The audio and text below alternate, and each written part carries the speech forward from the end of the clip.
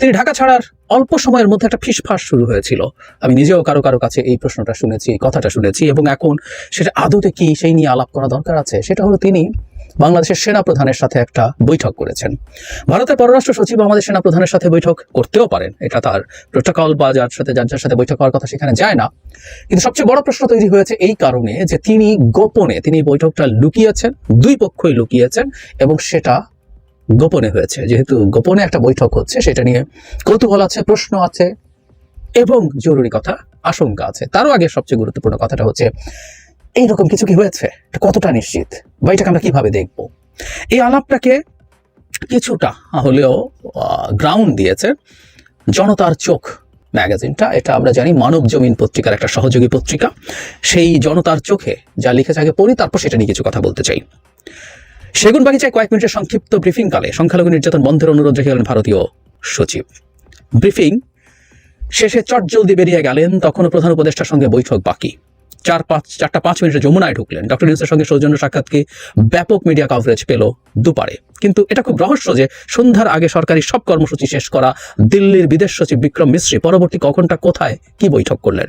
বিশেষ করে সন্ধ্যা 7:30 থেকে 8:35 পর্যন্ত এই 1 ঘন্টা কোথায় ছিলেন তিনি, কার সঙ্গে দেখা করলেন তিনি ও তার 2 সফর সঙ্গী। ওয়াকিবহাল সূত্র বলছে 3 সদস্যের একটি প্রতিনিধি দল নিয়ে বিক্রম মিশ্রি একটি রুদ্ধদ্বার বৈঠকে বসেছিলেন ঢাকা সেনানিবাসে। সেনাবাহিনী প্রধান জেনারেল ওয়াকুরুজ্জামানের সঙ্গে সৌজন্য সাক্ষাৎকাম বৈঠকটি হয় তার। সেই বৈঠকে কি আলোচনা হয়েছে তা নিয়ে জানা ও বোঝার চেষ্টার কোনো কমতি ছিল না।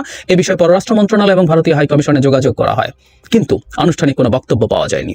তবে প্রতিরক্ষা সংক্রান্ত একাধিক দায়িত্বশীল সূত্র এটা নিশ্চিত করেছে যে সেনানিবাসস্থ বাসভবনে সফররত ভারতীয় পররাষ্ট্র সচিবের নেতৃত্বে 3 সদস্যের প্রতিনিধি দল সেনাপ্রধানের সঙ্গে সৌজন্য সাক্ষাৎ করেছেন। সেই সাক্ষাৎ বিষয়ে পররাষ্ট্র মন্ত্রণালয় তথা বাংলাদেশের অন্তর্বর্তীকালীন সরকারের দায়িত্বশীলরা পরবর্তীতে বিস্তারিত অবহিত হয়েছেন। আমরা এই জায়গাটা একটু খেয়াল করি।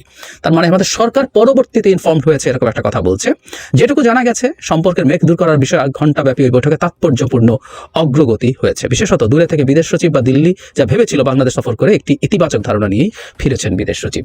তাহলে কথাগুলো এইরকম যে সেনাপ্রধানের সাথে তার বাসভবনে, এই রিপোর্ট যা বলছে, তার বাসভবনে ভারতের পররাষ্ট্র সচিবের একটা বৈঠক হয়েছে, সেটা 1 ঘন্টা ব্যাপী হয়েছে, এবং তার সফর সঙ্গীরাও তার সাথে ছিলেন, এবং পরবর্তীতে আমাদের সরকার এটা জেনেছেন। সরকার পরবর্তীতে জেনে থাকা বা সরকার আগেও জেনে থাকা সম্ভব, কারণ সরকারের প্রচুর গোয়েন্দা অ্যাপারেটাস আছে, বিভিন্ন রকম গোয়েন্দা অ্যাপারেটাস দিয়ে সরকারের কাছে এই তথ্য চলে যাওয়ার সম্ভাবনা যথেষ্টই থাকে। সুতরাং প্রশ্ন অনেকগুলো, তারা কি আসলে লুকিয়ে এটা করতে চেয়েছিলেন? তাতে প্রশ্ন আসে, এটা কি লুকিয়ে করা সম্ভব বলে আমাদের সেনাপ্রধানও এমনকি মনে করেছেন? তাহলে আরো প্রশ্ন আছে, আমাদের গোয়েন্দা সংস্থাগুলো কি যথেষ্ট বা এতটাই ইনএফিশিয়েন্ট যে এই মারাত্মক রকম গুরুত্বপূর্ণ বৈঠকটা সম্পর্কে তারা কিছু জানবে না, তাদের চোখে ধুলো দিয়ে এই বৈঠকটা হতে পারবে? এটা ভারতীয় পক্ষ এবং বাংলাদেশ পক্ষ দুপক্ষই তাই মনে করেছে। আর যদি এটা ধুলো দেওয়া সম্ভব হবে না মনেই করে, তাহলে এই বৈঠকটা তো ফর্মালি বা ইনফর্মালি হলেও সরকারকে জানিয়ে করা দরকার ছিল। আর ইনফর্মাল বৈঠক হওয়ার আসলে কোনো কথাই না। বা বাংলাদেশের সেনাপ্রধান ভারতের পররাষ্ট্র সচিবের সাথে বৈঠকে বসবেন, এটা কেন হবে?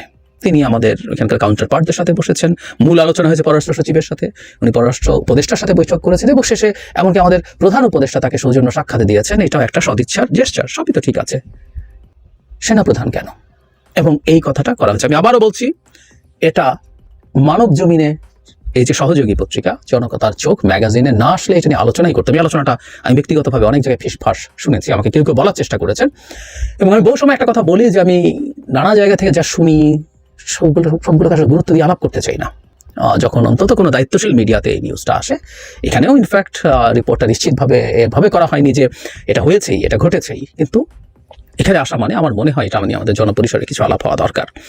তাহলে যে প্রশ্নগুলো তোলার কথা সেটা হলো, যদি হয়ে থাকে, ভালো বলছি, যদি হয়ে থাকে, তাহলে কি প্রেক্ষাপটে কিভাবে হয়েছে, যেখানে ধারণা করা হলো যে এই তথ্যটা যাবে না।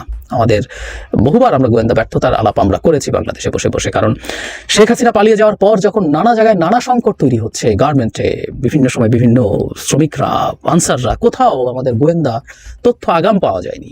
হিন্দু সম্প্রদায়ের মানুষ যা করছেন, এমনকি চট্টগ্রামের আদালতে যা ঘটিয়েছেন, কোথাও কি আমরা আসলে কোনো ভালো গোয়েন্দা তথ্য পেয়েছি? উত্তর হলো পাইনি। তাই যদি হয়ে থাকে, আরেকটা ব্যর্থতা এখানে যুক্ত হলো। আর এটা যদি হয়, তাহলে অনিবার্যভাবেই আমাদের সেনাপ্রধানের রাষ্ট্রের প্রতি, সরকারের প্রতি আনুগত্য নিয়েও কেউ প্রশ্ন তুলতে পারেন। এই প্রশ্ন অস্বাভাবিক না। এর আগেও তিনি যখন একটা সাক্ষাৎকারে রয়টার্সের সাথে নির্বাচনের সময়সীমা নিয়ে কথা বলেছেন, সেটা নিয়ে আলোচনা করেছি আমরা কিছু, কিন্তু একই সাথে আমরা এই কথাটাও বলেছিলাম সেনাপ্রধান নির্বাচনের একটা টাইম লাইন, টেনিওরের মতো দেখাচ্ছেন যে সরকার কতদিন থাকবে, নির্বাচন টাইম লাইন কবে হবে, 1.5 বছর বা 18 মাসের জন্য তিনি সরকারকে সাহায্য করতে চান। এই আলাপগুলোও তো আসলে প্রশ্ন তৈরি করে।